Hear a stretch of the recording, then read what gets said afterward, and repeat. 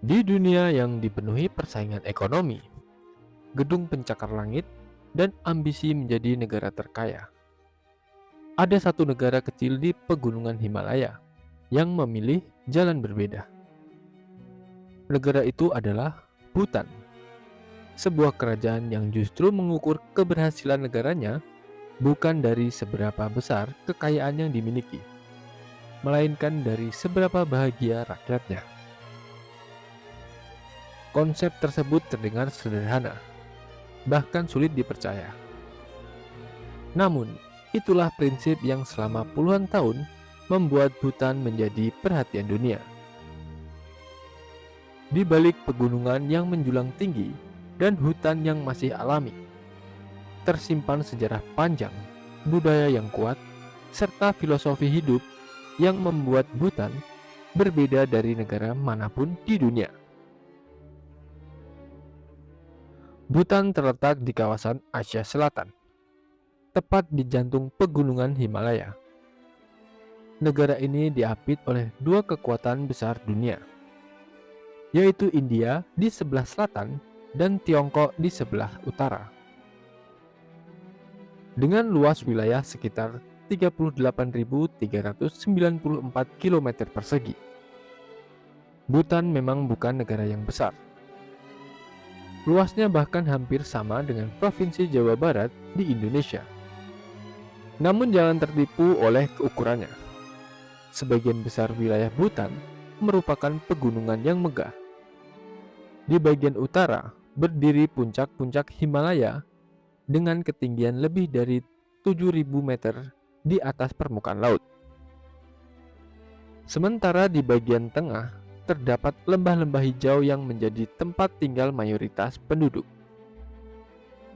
Adapun wilayah selatan didominasi oleh hutan subtropis yang lebat. Keunikan geografis ini membuat Bhutan menjadi salah satu negara dengan lingkungan yang paling terjaga di dunia. Lebih dari 70% wilayahnya masih berupa hutan. Dan konstitusi Bhutan bahkan mewajibkan sedikitnya 60% wilayah negara harus tetap berhutan selamanya. Tak heran jika Bhutan dikenal sebagai salah satu negara yang mampu menyerap lebih banyak karbon daripada yang dihasilkannya, menjadikannya negara karbon negatif. Sejarah Bhutan dimulai jauh sebelum dunia modern mengenalnya.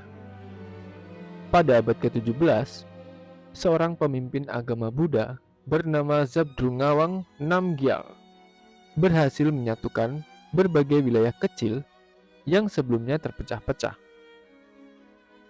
Ia membangun sistem pemerintahan, memperkuat identitas nasional, sekaligus menjadikan agama Buddha Vajrayana sebagai fondasi kehidupan masyarakat Bhutan. Berbeda dengan banyak negara Asia lainnya, Bhutan hampir tidak pernah mengalami penjajahan secara penuh oleh kekuatan barat. Kondisi geografisnya yang dikelilingi pegunungan membuat negara ini relatif sulit dijangkau.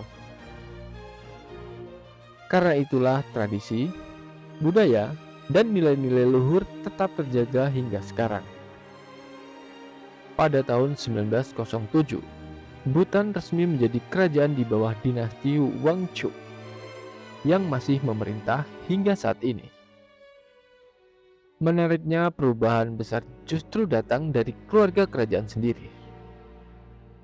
Pada tahun 2008, Bhutan bertransformasi dari kerajaan absolut menjadi monarki konstitusional, di mana rakyat mulai memilih pemerintahan melalui pemilihan demokratis.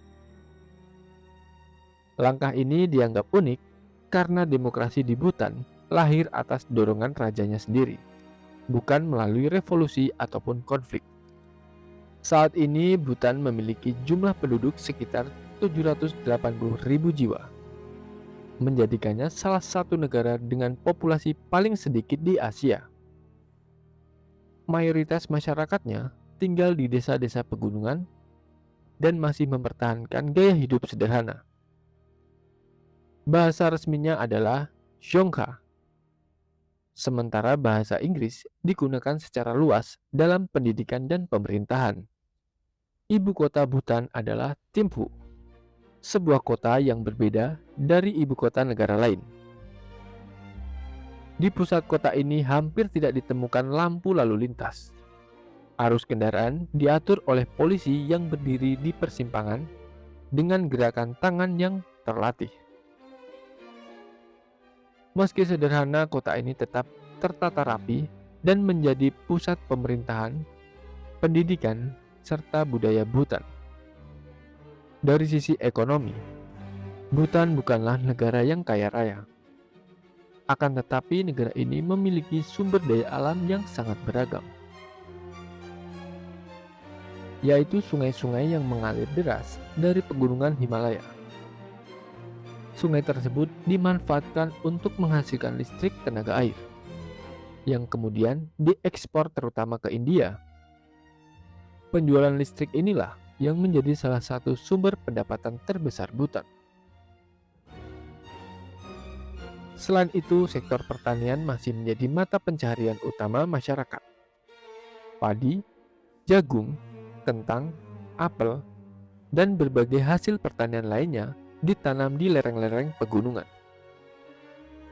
Di sisi lain, sektor pariwisata juga berkembang pesat, tetapi dengan pendekatan yang berbeda. Bhutan tidak membuka pintunya bagi wisata massal. Pemerintah menerapkan kebijakan high value, low volume tourist, yaitu membatasi jumlah wisatawan melalui biaya kunjungan yang relatif tinggi.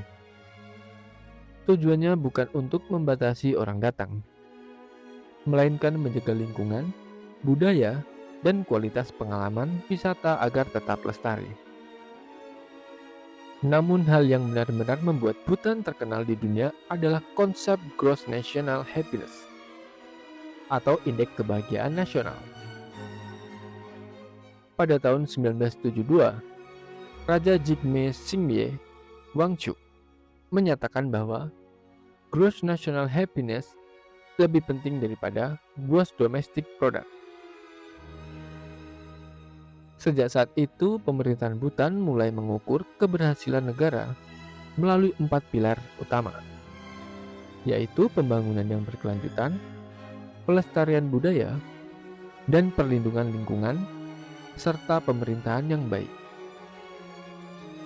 Bagi Bhutan, keberhasilan tidak hanya diukur dari jumlah uang yang beredar, tetapi juga dari kualitas hidup masyarakat, kesehatan mental, hubungan sosial, dan keseimbangan dengan alam.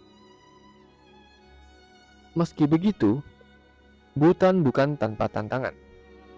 Letaknya yang terkurung daratan membuat biaya perdagangan menjadi tinggi. Kesempatan kerja yang terbatas menyebabkan sebagian anak muda memilih bekerja di luar negeri. Selain itu, perubahan iklim mulai mengancam gletser Himalaya yang menjadi sumber air utama negara tersebut. Meski menghadapi berbagai tantangan, Bhutan tetap menjadi simbol bahwa kemajuan sebuah negara tidak selalu diukur dari besarnya ekonomi. Di tengah dunia yang berlomba membangun gedung tertinggi dan mengejar pertumbuhan tanpa henti, Bhutan justru menunjukkan bahwa menjaga alam, melestarikan budaya, dan memastikan rakyat hidup dengan damai juga merupakan bentuk kemajuan.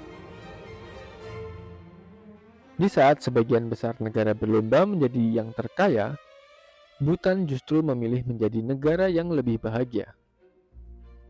Lalu bagaimana menurut kalian? Apakah kebahagiaan memang lebih penting daripada kekayaan? Tulis pendapat kalian di kolom komentar. Karena setiap negara memiliki cara berbeda dalam memaknai sebuah kemajuan. Itulah sedikit informasi terkait negara Bhutan. Semoga informasi ini dapat menambah wawasan kita dalam sejarah. Terima kasih.